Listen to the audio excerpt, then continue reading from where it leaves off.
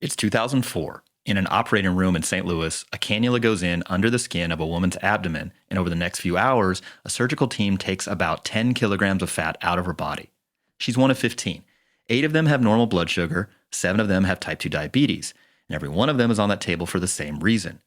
A researcher named Dr. Samuel Klein wants an answer to a question that the field has been arguing about for 30 years, and there's no other way to get it. Body fat travels with disease. Everybody knows that. Diabetes, high blood pressure, high cholesterol, all of it runs worse the more body fat somebody carries.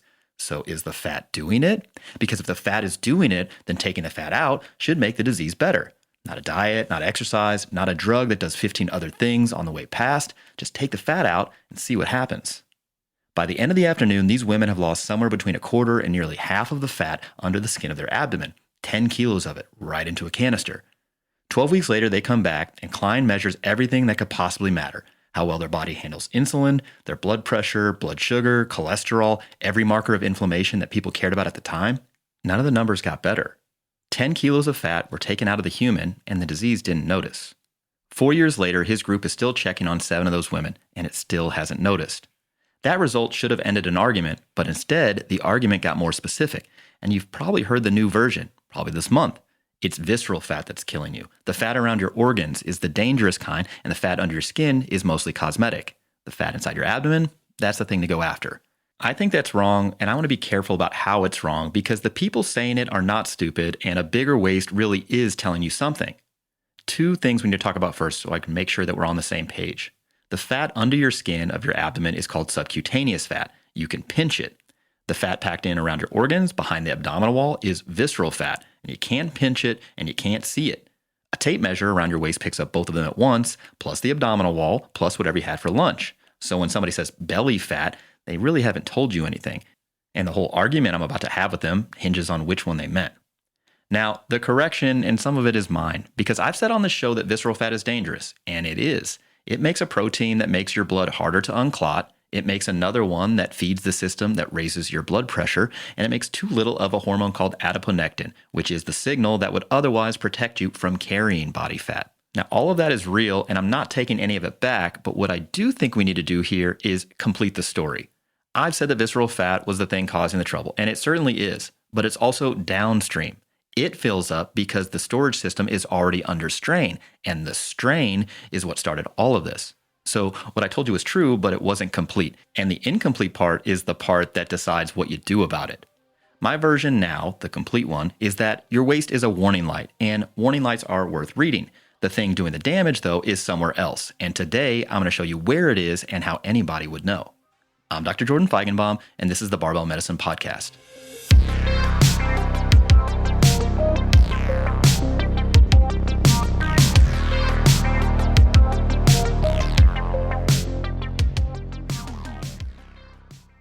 One thing before we start, because I'm about to spend about an hour saying the number that everybody uses is the wrong number, and I know how that can be heard. If you or your doctor has been tracking your BMI, you or they were not being stupid. It's on every health intake form in the country. Your doctor was taught it, I was taught it, and up until about a year ago, all of the major medical bodies still told us to use it on individual patients. The person who put it in your chart was just doing what they were trained to do.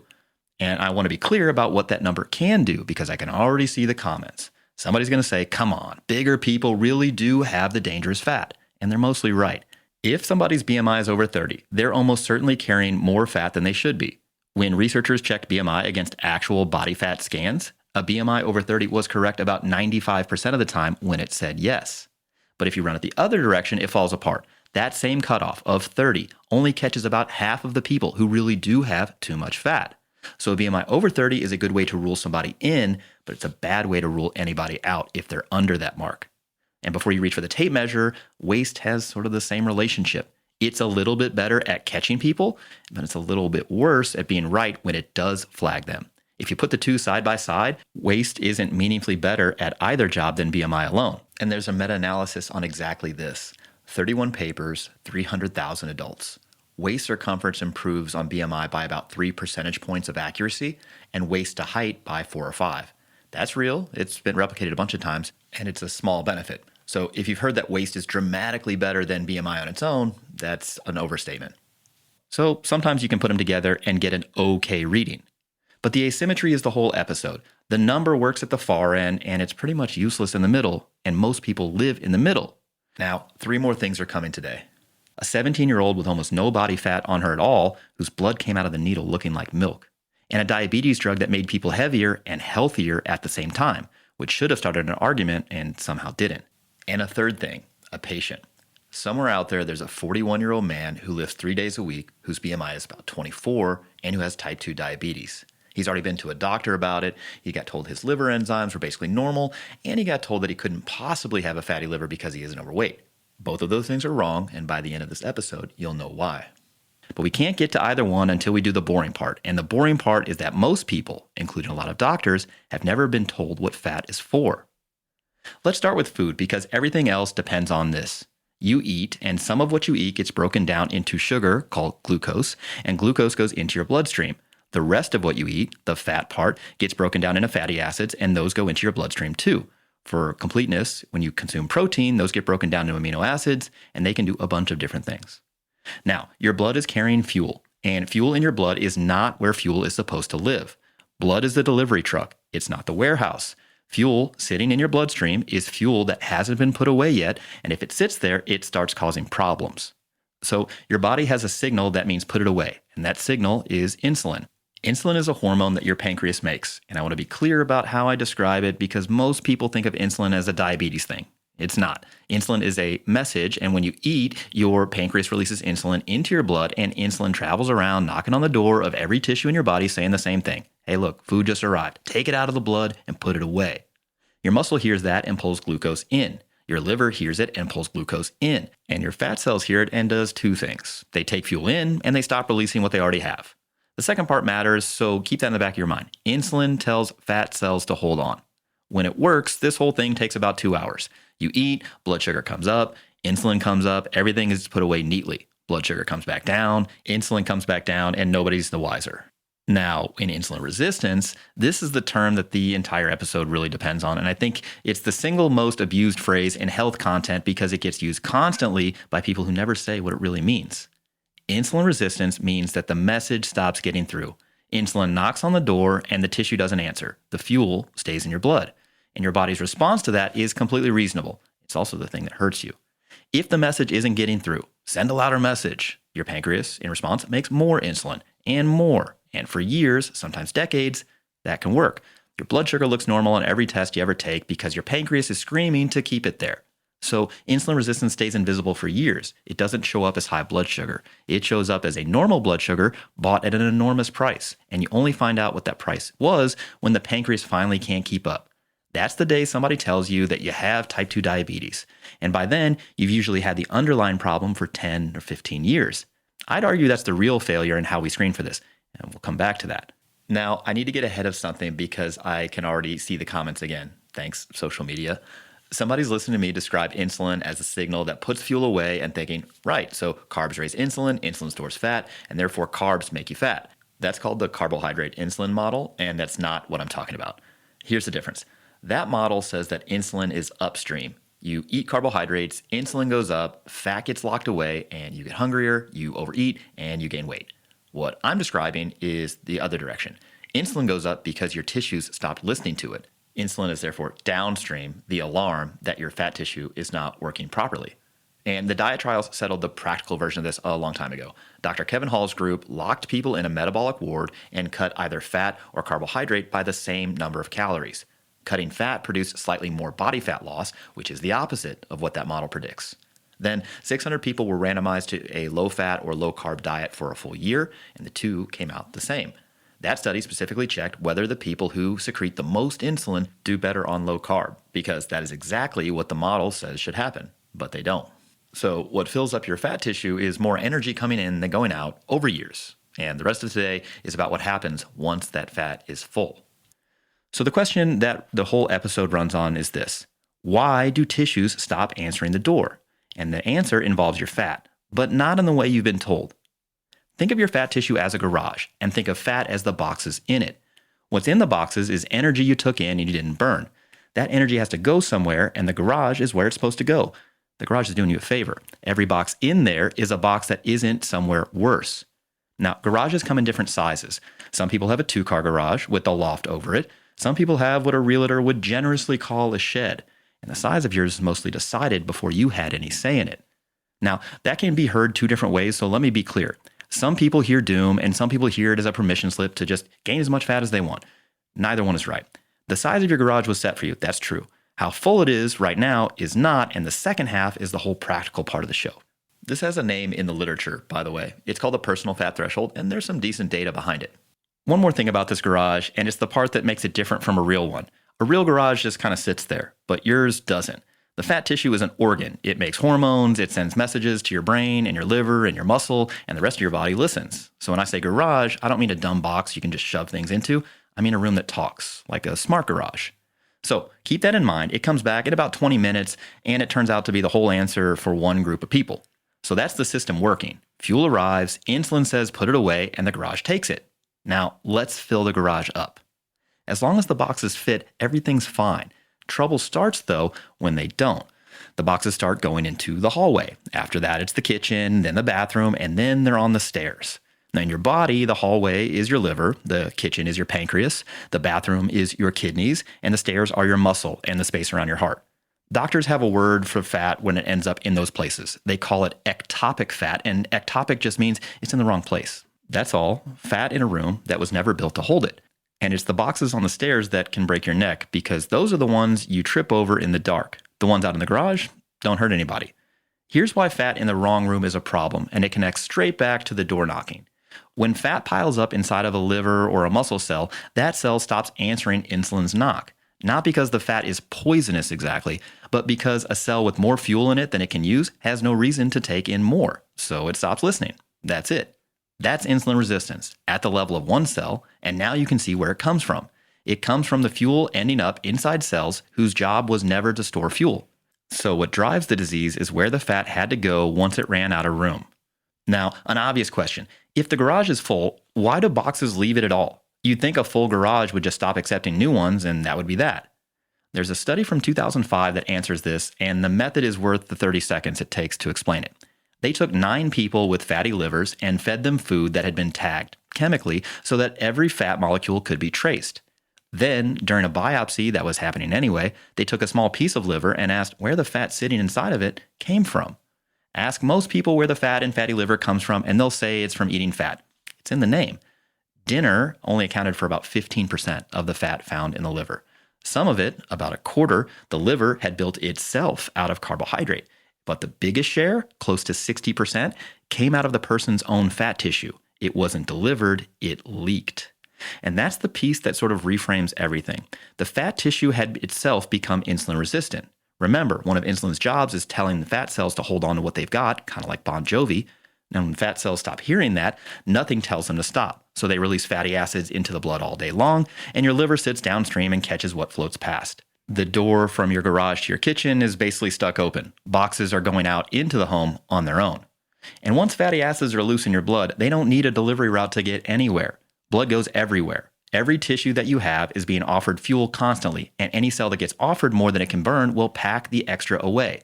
It's a feature, not a bug. It's the only sensible thing a cell can do with fuel that it can't use right now. So when the garage leaks, every room downstream starts storing. Now, one last thing about garage size, and it's the constraint that everything else kind of runs into.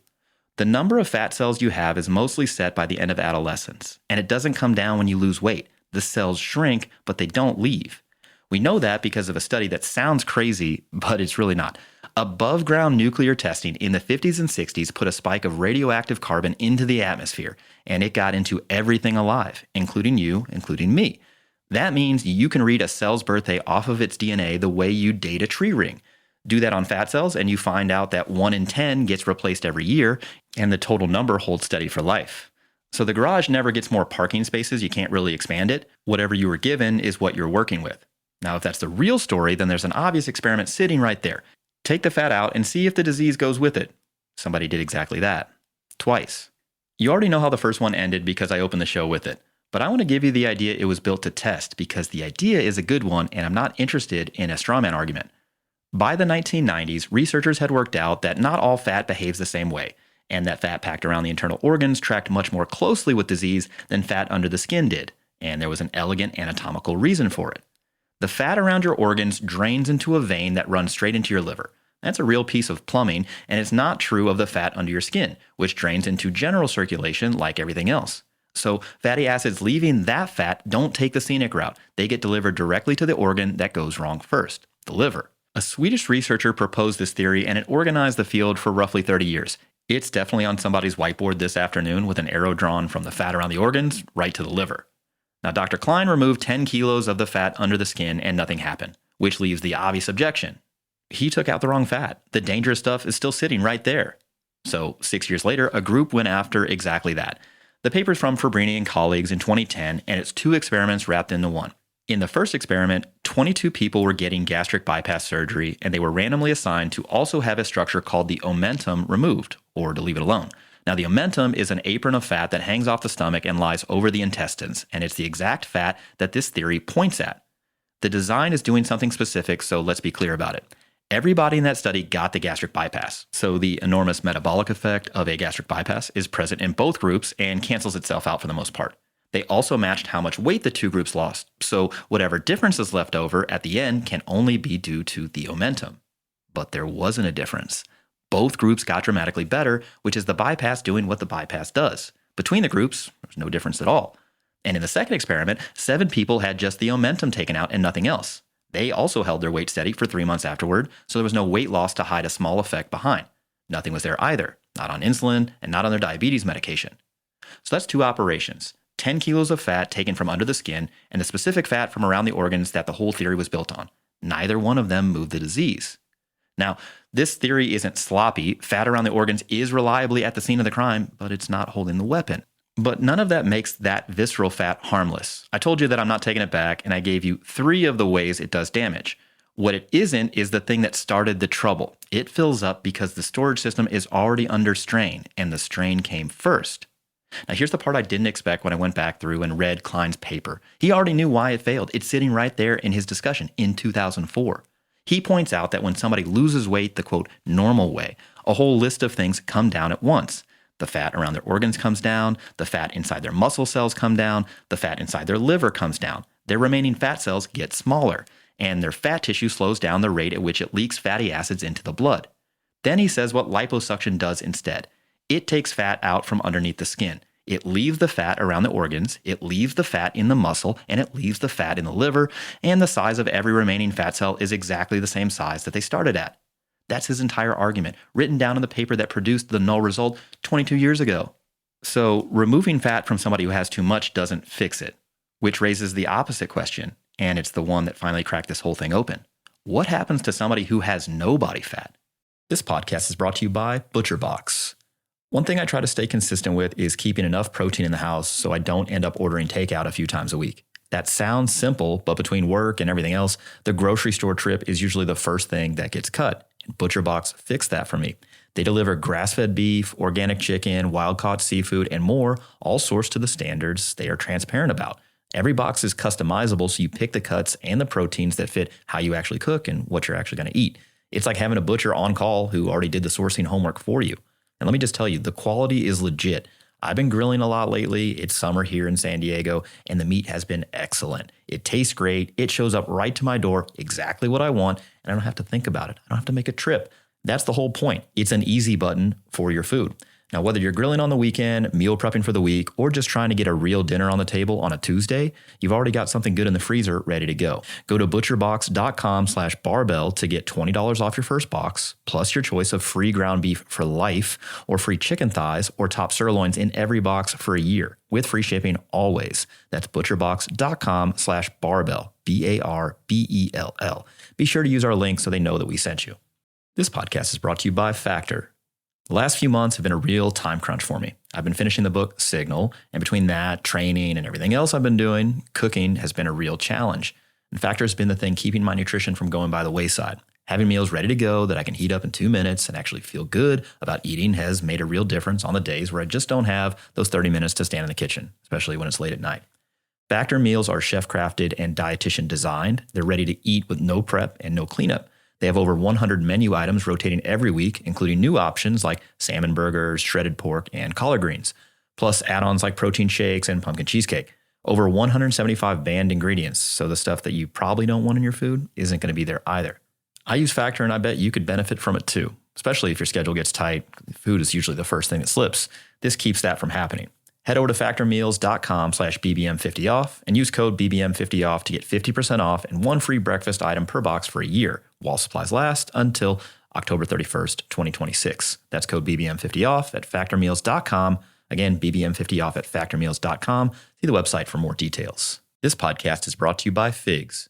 If you're in healthcare or you're in training for it, back to school season means you're about to spend a lot of time in scrubs. And Figs just dropped new colors and back to school styles. And right now, everything on their site is 20% off. Now, during my medical training, I found out that the standard hospital scrubs were not designed for anyone squatting, period. Bending over to examine a patient was like a trust fall, just hoping that the seam would hold. That's how I ended up trying Figs. They're cut with actual stretch, they fit like real clothes, and they survive both the job and the squat program. They're also antimicrobial, and they hold up to the laundry abuse that this job requires. They also have footwear, compression socks, and outerwear. And 20% off site-wide is the best deal they run. So if you've been meaning to replace your scrubs or stock up for a new rotation, this is the time. Go to wearfigs.com, get 20% off everything through August 11th. No codes needed. That's wearfigs.com. This podcast is brought to you by Quince. End of summer is when I start thinking about what I actually want in my closet for the next few months. You know, not a full overhaul, just swapping out the stuff that's worn out and filling in some gaps. And that's what keeps bringing me back to Quince. They do everyday staples really well. Their organic cotton tees are soft and hold up wash after wash. Their cashmere sweaters are legitimately good for the price point, and they transition straight into fall. If you need pants, their premium denim and tailored chinos start at just $60, and the fit and fabric are on par with brands charging 3 or 4 times that. Ask me how I know. Now, everything at Quince is priced 50 to 80% less than similar brands because they work directly with the factories and skip the middlemen. You are paying for the materials and the construction, not a logo or marketing campaign. Now, one of my go-tos this summer has been their organic cotton mesh stitched sweater polos. I have it almost every color, and it's one of those pieces where you look put together, but you're actually comfortable, which is why these are going to stay in my rotation for the fall. And Quince goes way beyond just clothing. They've got premium bedding, bath essentials, cookware, travel gear. It's one of those brands where you buy one thing and end up recommending it to everyone. Both Lee and I have their sheets, and they're great. So upgrade your everyday. Download the Quince app for app-exclusive offers or go to quince.com/BBM. Get free shipping on your order and 365-day returns. Now available in Canada and the UK too. That's QUINCE.com/BBM. Hey, quick interruption. You've been lifting for years, you're consistent, you don't miss sessions, but you still spend a weirdly large amount of time wondering if you're doing the right thing. Is this enough volume? Should I be pushing harder? Is my form falling apart? And how would I even know if it's wrong? Most of you don't need a coach for that. You can run the same program for another few weeks and measure your results. That's free, and you can definitely do that. But here's where it gets harder. Plenty of coaches can write a decent program, plenty can spot an error on video, or pull your training back around an injury. To me, that's table stakes. Now, this morning, I watched a deadlift where the guy's back rounded slightly off the floor. You could call that an error and cue it out of him, or at least try. But what's actually happening is he's buying a better start position and paying for it at lockout. And at his leverages right now, that's the correct trade-off because he's got a meet coming up. Now, if he didn't, maybe that changes the calculus, and maybe we change it to try to improve efficiency long-term. Or maybe we don't change it at all. But that call, whether something's worth fixing now, later, or at all, is the part that takes a lot of reps and a fund of knowledge. And that's what you get with barbell medicine. I've been doing this for nearly 20 years, and our team is made up of physicians, dietitians, physical therapists, and strength coaches that also have a lot of experience. So whether it's programming, nutrition, or working around a new injury, we can help you. We've worked with thousands of people at this point, but don't take my word for it. Go ask any of them. Now, we do this sale twice a year. Now through August 20th, you can get 10% off all of our one-on-one coaching using code SUMMERFIT. That's SUMMERFIT at barbellmedicine.com/coaching. And you can use FSA or HSA funds as well. If you're on the fence, send us an email, support@barbellmedicine.com, and we'll talk to you about it and see if we're a good fit. All right, let's get back to the podcast. There's a condition called congenital generalized lipodystrophy. Lipo means fat, dystrophy means the tissue didn't form. People born with it are born with almost no fat tissue anywhere on their bodies. Not low body fat, none. And it's usually recognizable at birth, and the way it's described in the textbooks is that these kids look muscular because with no layer of fat over the top, you can see basically every muscle underneath. It is rare, something like 1 in 10 million, and only a couple hundred patients have ever been written up in the medical literature. Here's what happens to them. Early childhood brings fast growth and an appetite that nobody can satisfy. Later comes a dark, velvety thickening of the skin around the neck and the armpits, which is a visible sign of severe insulin resistance and called acanthosis nigricans. An enlarged liver comes stuffed with fat. It's pretty close to universal in this disease, which can go on to cirrhosis, which is scarring so extensive that the liver stops working. In the largest untreated group I could find, which is 43 patients, 8 in 10 had at least one organ damaged, and the liver was the one involved most often. Now let's be clear about one thing, because the version you'll hear is that these children all get diabetes. In that group, fewer than half had blood sugar even in the pre-diabetic range. What the authors actually say is that the metabolic disease develops by late childhood and gets worse with age. That's the accurate version, and it's still devastating. So think about this for a second. These are people with no body fat, and yet they have all the disease of too much fat. They basically have no garage, and as a result, all of their boxes sit on the stairs. Which brings me to the 17-year-old, and to the part where the room that talks turns out to matter more than the room that stores. Because if these patients are missing storage, and you can't give somebody more storage, what can you actually do for them? In 2002, a research group from Yale, working with the NIH, tried something that sounds like it shouldn't work. Your fat tissue makes a hormone called leptin. Leptin is how your fat tissue tells your brain how much fat is on your body. And the direction that matters is when leptin is down. When leptin falls, your brain reads it as starvation and turns your appetite up hard. Happens in anorexia nervosa. That's the system's real job. It defends you against running out of energy. Now think about somebody with no fat tissue. No fat tissue, no hormone. Their leptin levels run near zero, permanently. So on top of everything else, their brain is receiving a starvation alarm that never stops. That's the appetite that nobody can satisfy. It's a missing signal doing exactly what it evolved to do. So the research group gave the signal back. They gave them leptin by injection for 3 months. Now, it's only 3 patients, that's the whole study, against 6 healthy women matched for age and weight. It's here because of what they measured, not because of how many people they measured. They measured how well the liver and the muscle each responded to insulin separately. I think it's worth 30 seconds on how you actually measure that, because it's the same method Klein used at the top of the show, and it's the closest thing to a direct measurement that exists. You put somebody on 2 IV lines. One drips insulin in at a fixed rate. The other drips in how much sugar it takes to stop their blood sugar from falling. Then you read how much sugar you needed. If their tissues are listening to insulin, they pull sugar out of the blood fast, and you have to pour a lot to keep up. If they've stopped listening, you barely need any. It takes 4 to 6 hours and 2 people to run, which is why nobody does it really outside of a research lab. And they used a scanner to measure how much fat was actually sitting inside the liver and inside of the calf muscle. Not how big the liver was, how much fat was in it. The first patient was 17 years old. She had no fat underneath her skin at all, an enormous liver, and lumps of cholesterol deposited into her skin. Her blood fats were so high that when they drew her blood, it didn't look like blood. Plasma is normally kind of straw-colored and clear. Hers came out of the needle looking like milk. Her liver was 48% fat, and in healthy women, it's usually under 1%. Then she gets 3 months of leptin. Her liver fat and the other 2 patients' liver fat fell by more than 80%. Their muscle fat came down by about a third. Their bodies went back to responding to insulin several times better than before, and all 3 came off of their diabetes medication. Now, here's why the study tells you something. They didn't give these people fat. Their body weight didn't change. Their fat mass didn't change. So whatever was working because the signal came back, not because they added fat storage. And it isn't only in the liver. In the one patient where they measured food intake, leptin cut it roughly in half. So part of what you're watching is a starvation alarm getting switched off for the first time and a person eating less as a result. That's real and is part of the mechanism. But that doesn't mean the one thing that people ask about constantly. It doesn't mean that leptin is a weight loss drug. It has been given to ordinary people with ordinary obesity, and it does almost nothing because those people already have plenty of leptin. The system is powerful mostly when it's low and has no matching break at the top. Leptin defends the floor, but it doesn't really do anything to the ceiling. So, no garage gives you the whole disease, and giving the garage's voice back fixes most of it without adding a single box, which sets up the opposite experiment. What if you gave somebody a bigger garage? There's a class of diabetes drugs that does something that sounds like a mistake. It makes people gain weight, and it makes them healthier, and it does the second thing by causing the first. The drug is pioglitazone, and what it actually does is to tell fat cells under the skin to build more storage, more parking spaces, in a garage that's allowed to expand. In one study, 13 people with type 2 diabetes took this drug for 4 months.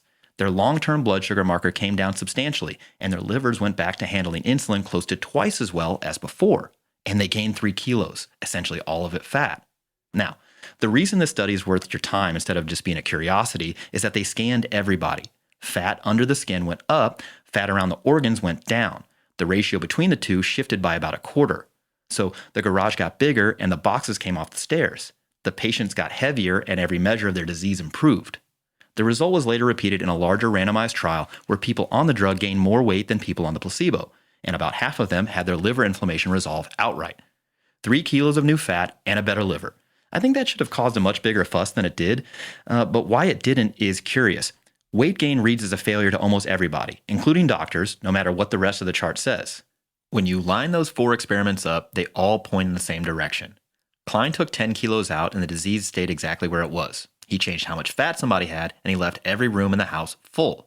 Lipodystrophy takes how much fat down to nothing, and those patients get the whole disease anyway because with no garage, every single box goes somewhere else. Leptin didn't put a gram of fat on anybody, it pulled fat out of the liver and out of the muscle, and the disease came out with it. And pioglitazone added 3 kilos, and those people got better because the 3 kilos went into storage and came off the stairs. So across all 4, the total amount of fat on the body goes whichever way you like, up, down, all the way down to 0, and the disease pays no attention to it. What the disease follows every single time is which rooms the fat ended up in. That's the direction they're pointing. Okay, so you could accept all of this and say, fine, but you haven't shown me your version is right. You've shown me every other one is wrong. Okay, let's do that. I need to give you 2 ideas from outside of medicine because without them, the rest of this is just me saying things. The first one is why this took about 40 years to find out. You can't test an idea by itself, ever. When you test an idea, you're also testing every assumption you needed to get to it all at once in the same experiment. Here's what that means in practice. Take the question about body fat being dangerous. To study that, you need to measure body fat, and almost every study ever done measured it with BMI, which is your weight divided by your height squared.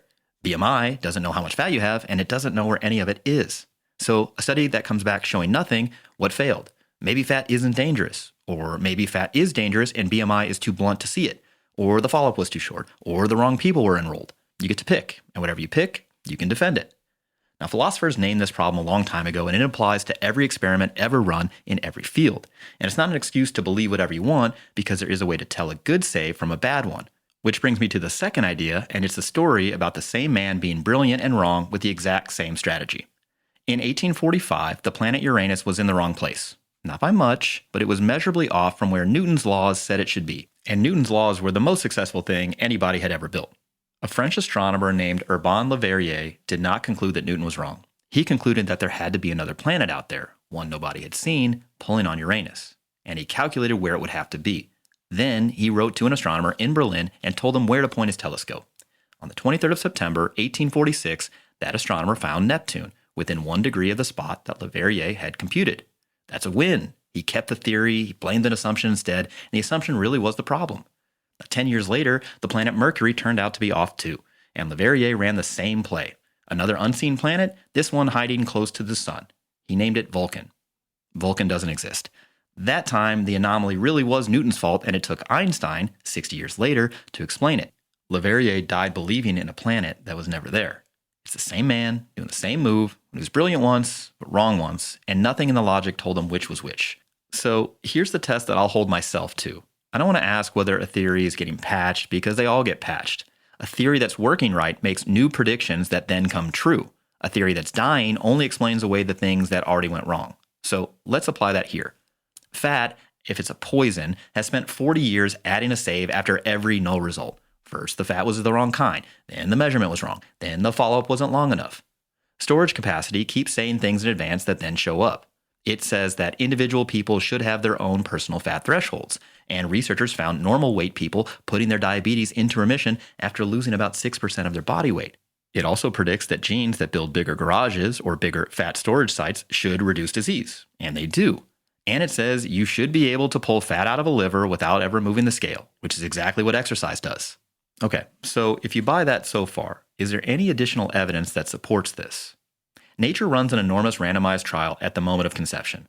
When you were conceived, gene variants get dealt out at random, kind of like a deck of cards. Nobody chooses them, and they were dealt before your income, your diet, your job, or anything else in your life could really influence them. So if you compare people who got dealt one variant against people who got dealt another, you're comparing groups that differ in that one thing and are otherwise shuffled.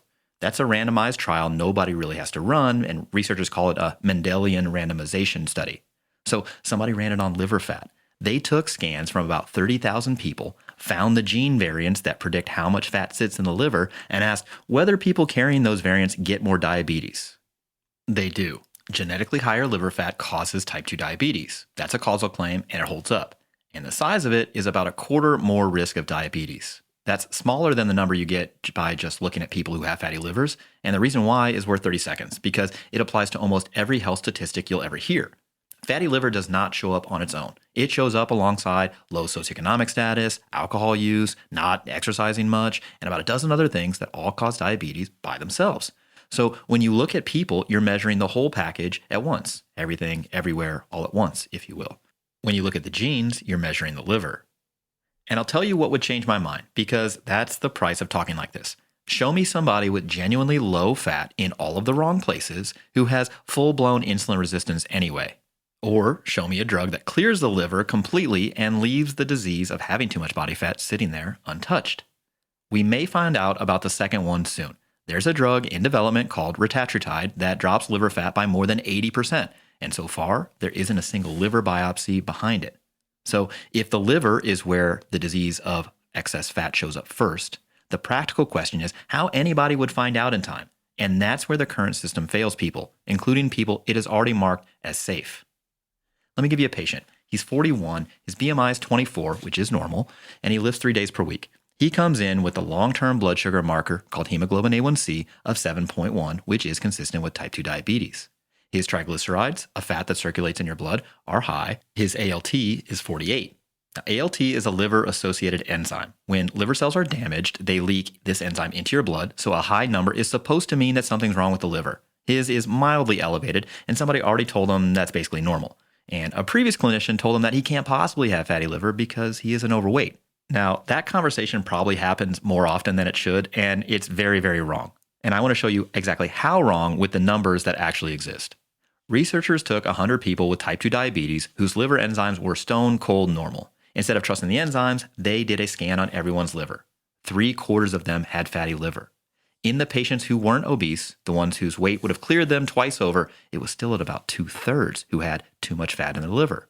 Then they biopsied the ones whose scans looked the worst, and more than half of that group didn't just have fat sitting in the liver, they had inflammation and active damage. So normal ALT doesn't clear you, and neither does a normal body weight. Our 41-year-old patient was cleared twice by two things that can't clear anybody.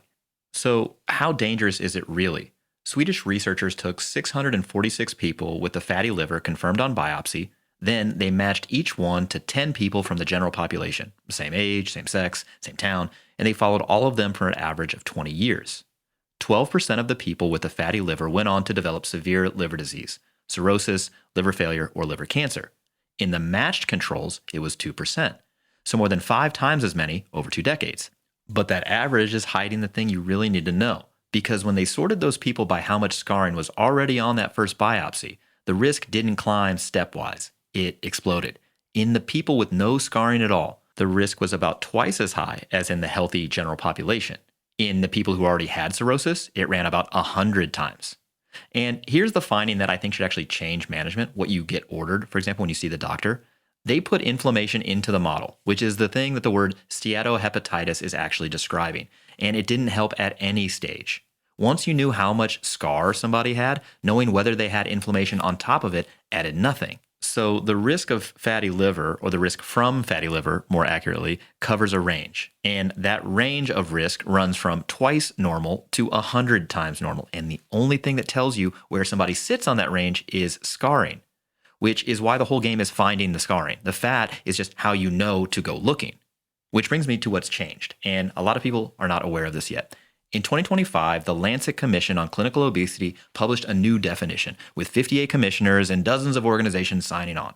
What they wrote is that BMI should be used at a population level for research and for screening whole groups, not as a measure of any individual's health.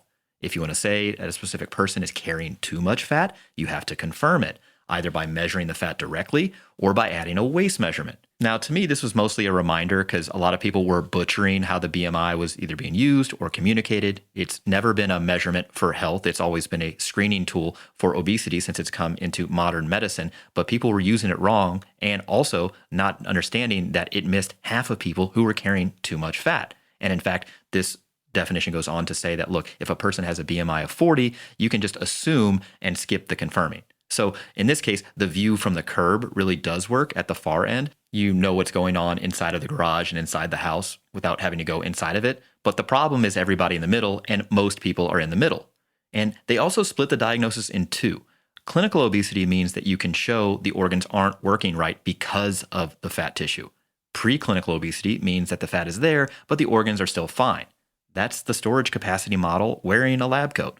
I think it's worth stepping back for a second because when I was putting together this episode, there's a pattern that emerged. Year after year, and really over the course of centuries, people have consistently tried to measure body fat before it becomes harmful, and they keep getting it wrong. Go back to 1832. Now, in fairness, this Belgian astronomer named Adolphe Quetelet wasn't trying to measure body fat, but he did create the formula that later became BMI, which is weight divided by height squared. Again, he wasn't diagnosing anybody. He was really just doing social statistics, trying to describe the average man across the whole population. About 100 years later, a life insurance company built weight for height tables out of its own policyholder death records so it could price policies more accurately. And then in 1972, Ansel Keys compared all of the formulas that existed. He picked Quetelet's and renamed it BMI for Body Mass Index. In 1998, an NIH panel added waist circumference on top of it. In 2013, a group modeled the human body as an ellipse and produced something called the Body Roundness Index built out of your waist and your height. And running alongside all of that, for decades, we've had ways to measure body fat directly. Underwater weighing, DEXA scans. Keys himself was using body density back in 1972. Now, here's what I want you to notice. Every one of those is a better answer to the same question, incrementally. How much fat does this person have and where is it? And they did get better. Each one was a little bit better than the one before it, but all of them are missing some important details. For example, none of them tell you how much room this particular individual had to begin with to store fat. And that's kind of the whole thing. If I tell you right now that somebody's carrying 30 kilos of fat, you still don't know whether that's a problem because you don't know how big their garage was. Two people can carry the exact same amount, and one of them has room to spare while the other one is stacking boxes in the stairs. No scale, no tape measure, no ellipse, and no DEXA scan can tell those two people apart. So the tests do keep getting better, but we're still missing some key information. So what should actually get ordered if you're concerned about this? First, a waist measurement, and also a waist to height ratio, which is written down right next to the waist. Waist to height is exactly what it sounds like. It's your waist divided by your height, and you want it under a half, but above 0.4. It's 15 seconds, but almost nobody does it. Second, let's take a fasted lipid panel and a fasting glucose. Those two together give you the cheapest look at insulin resistance there is, and it's called the TYG index. TYG stands for triglyceride glucose index, and that's all it is. It's your fasting triglycerides and your fasting blood sugar put together into one number with a special formula. It doesn't cost you anything extra because if somebody drew a lipid panel and a glucose, you already have both halves of the test. How good is it? Well, here's how to think about a test like this, and you can use it for the rest of your life. There's a measure called area under the curve, and it runs from half to 1. A half means the test is a coin flip. 1 means it's perfect. Against the reference standard for insulin resistance, TYG lands somewhere between about 0.6 and 8.5, depending on which study you read. Now, that's a wide range, and I'm giving you the range on purpose because 4 studies is all there is, and they don't necessarily agree with each other. What TYG is good for is telling you when to look harder at somebody whose blood sugar came back fine. It doesn't really diagnose anybody, but it is better, in my opinion, than triglycerides to HDL ratio. At its usual cutoff, it's about 2/3 right in each direction, which is already unimpressive, but it really is bad in Black patients who tend to have a higher rate of insulin resistance as well. The reason why is because insulin-resistant Black patients often don't develop the high triglycerides that the whole ratio is built on, but when you compare it to glucose, triglycerides to glucose, that is, it actually works okay. So triglycerides to HDL is an instrument that fails in about 1/3 of the country, and TYG costs about the same and doesn't do that. Third, if you have a lean patient with type 2 diabetes, at least that's what you think it is, you have to rule out that the diabetes isn't type 2. So, for example, type 2 diabetes is the one that most people mean when they say diabetes. Your pancreas still makes insulin, and your tissues just aren't responding to it very well. That's the disease we've been talking about the whole episode. But 2 other things look like it on a first blood test. One is type 1 diabetes. Now, type 1 most of the time is an autoimmune disease, which means that your own immune system is attacking your body. In this case, it destroys the cells in your pancreas that make insulin, so eventually you don't make any. Most people think of this as a childhood diagnosis, but adults can get it too. And in adults, it comes on slowly enough that it sometimes gets labeled as type 2 and treated as type 2 for years, which is obviously a problem. The other one is called MODY, M-O-D-Y. You don't need the name, but this is a type of diabetes that's caused by a single broken gene passed straight down through a family. The pattern here is you have diabetes in a parent, a grandparent, usually a sibling, almost all of them diagnosed young, and none of them usually have excess body fat. Both of those are treated differently from type 2 diabetes, and getting it wrong can be a big problem. In one study that screened lean people already carrying a type 2 diabetes diagnosis, 1 in 6 turned out to have something else. So if nobody checks, somebody can spend a long time on the wrong treatment for the wrong disease. Fourth, there's a score called the FIB-4, F-I-B-4. Now, this one's for the liver, and it's a formula that takes into account your age, 2 liver enzymes, and your platelet count. And it turns them into a single number that estimates how likely it is that you have significant scarring of your liver. Every input is on blood work you've probably already had, so it doesn't cost anything to calculate. It is recommended first step now, but it works in a pretty narrow band. If you're under 35 years old, it's barely better than a coin flip. If you're over 65, it flags almost everybody, and so there's a bunch of false alarms. Our 41-year-old patient, it sits right in the range where the number actually means something, which is worth kind of discussing a little bit further because there are lab companies selling panels straight to consumers, and they're putting FIB-4 on the report for 30-year-olds. Now, you could imagine what happens when you get a scary number back and how that goes at the doctor's office. Fifth, if the FIB-4 does come back high, the next step is usually an elastography, which is an ultrasound that measures liver stiffness. It sends a pulse into the liver and times how fast that pulse travels through it because a stiff liver carries the wave faster than a soft one, and stiff generally means scarred. Now, that measurement is one of the things that decides who gets treated, and it's the ones whose scan puts them in the moderate scarring range. They say to use the scan rather than a liver biopsy, which they call impractical and unnecessary for most patients. So let me put this whole thing back together. You eat, fuel shows up in your blood, insulin knocks on the door and says put it away. And where it's supposed to go is the garage. Your garage holds what it holds. How much room you got was mostly settled before you had any say in it, and as long as the boxes fit, you can carry a lot of them and be completely fine. The trouble starts when they stop fitting. Not when you hit a certain number, not when a chart tells you to worry, when you, the individual, personally run out of room. Because a garage that's out of room doesn't just turn away the next delivery, it starts leaking. Fat cells with no space left stop hearing the signal to hold on, so they let fatty acids out into your blood all day long. And your blood goes everywhere. The liver takes some, the muscle takes some, so do the pancreas, the kidneys, and the space around your heart. Every one of those rooms starts storing what the garage couldn't keep. That's the disease. The overflow is the disease we call obesity. It's the point where somebody's storage runs out and starts spilling into organs that were never built to hold it. We'll get more precise about the definition next time, but that's the gist of it. And it's why the same weight can be a serious disease in one person and nothing at all in another. They didn't get the same garage.